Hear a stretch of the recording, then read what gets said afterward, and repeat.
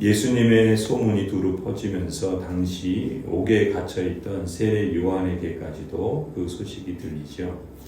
그런데 세례 요한은 정작 주님께 사람을 보내어 묻습니다. 한 가지 의아한 일이 벌어지는 셈이죠. 선생님이 오실 그분입니까? 그렇지 않으면 우리가 다른 분을 기다려야 합니까? 세례 요한이 광야에서 예수님에게 세례를 주며 세상 죄를 지고 가는 하나님의 어린 양이다 라고까지 말한 그분, 자신은 그분의 신발끈을 묶기에도 작은 자요, 그는 흥하여야 했고 나는 망해야 한다 라고까지 말했던 그 예수님에 대해서 정작 세례 요한이 이런 질문을 한 것입니다. 아마 세례 요한이 생각하는 메시아와 예수님이 보여주는 메시아의 모습이 자신의 기대와 달랐던 것 같습니다. 세례 요한은 분명 오실 메시아 그리스도는 하나님의 어린 양이다 라고 선포했고, 성령으로 세례를 주시는 이시다, 하나님이 보내신 분이다 라고 선포한 사람입니다. 주의 길을 예비하기 위해서 일하고 힘쓰고 가르치던 사람이 정작 예수님에 대해서 이런 질문을 하는 건 좀 당황스럽죠. 도대체 세례 요한은 어떤 메시아 그리스도를 기대하는 것이기 때문에 이런 모습을 보이는 걸까요? 요한의 기대는 예수님이 메시아 그리스도라면 알곡과 쭉정이를 가르는 심판을 단행하시고 의인들은 구원해서 새로운 시대를 열어주실 분이라고 믿었던 것입니다.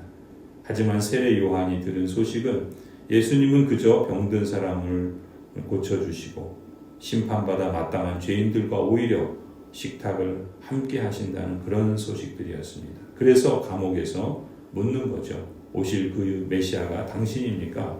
아니면 당신이 아니라 우리는 다른 분을 기다려야 합니까?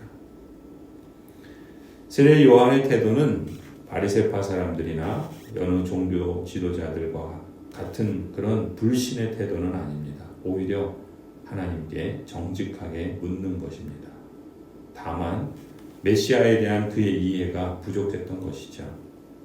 그래서 예수님은 구약의 이사야 선지자의 말씀을 인용하면서 이렇게 세례 요한에게 대답합니다. 너희가 보고 들은 것을 가서 요한에게 알려라.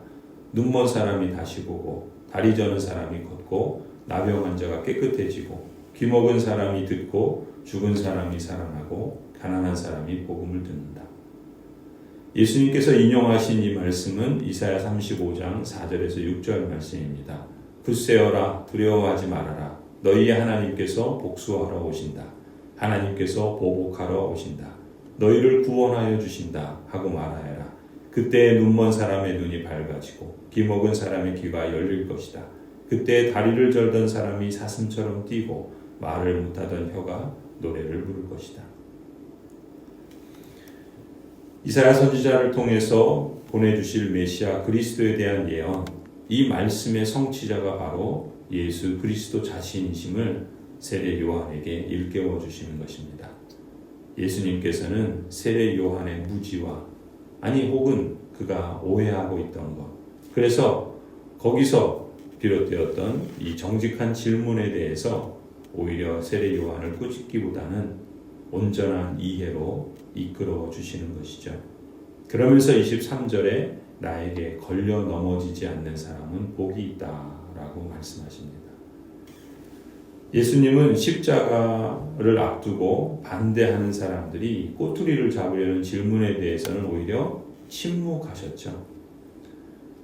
정직한 질문이 아니라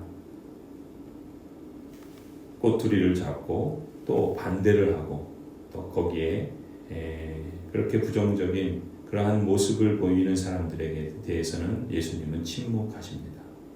그러나 세례 요한처럼 메시아를 기다리고 또 그 메시아를 찾고 추구하는 사람들이 정직하게 묻는 질문에 대해서 오히려 예수님은 성실하게 답변해 주시는 것이죠. 성도 여러분, 하나님을 나의 이해, 나의 기대, 나의 경험, 나의 생각에 맞추려고 애쓰지 마십시오. 먼저 성경이 무엇을 말씀하시는지 거기에 귀를 기울여 보시기 바랍니다. 때로 우리의 오해, 우리의 무지, 경험으로 인한 한계, 또 자신의 생각의 기대로 인해서 하나님의 뜻을 오히려 받아들이기 힘들 때가 있습니다. 거기에 맞추려고 하지 마세요. 그럴 때에도 정직하게 하나님께 오히려 질문해 보시기 바랍니다. 자기 생각과 자기 고집과 자기 기대에 집착하는 사람은 예수님에게조차 걸려 넘어지고 말 것입니다. 걸려 넘어지지 않는 사람이 복 있는 사람입니다. 정직한 질문, 그리고 하나님께 물으며 이해를 추구하는 신앙, 이것이 복된 길의 첫걸음이라고 할 수 있습니다. 말씀을 통해서 하나님을 알아가고 성령 하나님을 신뢰하여서 삶으로 열매를 맺는 일이 더욱더 풍성해지고 발전하는 모습을 나타내시기를 간절히 축원합니다.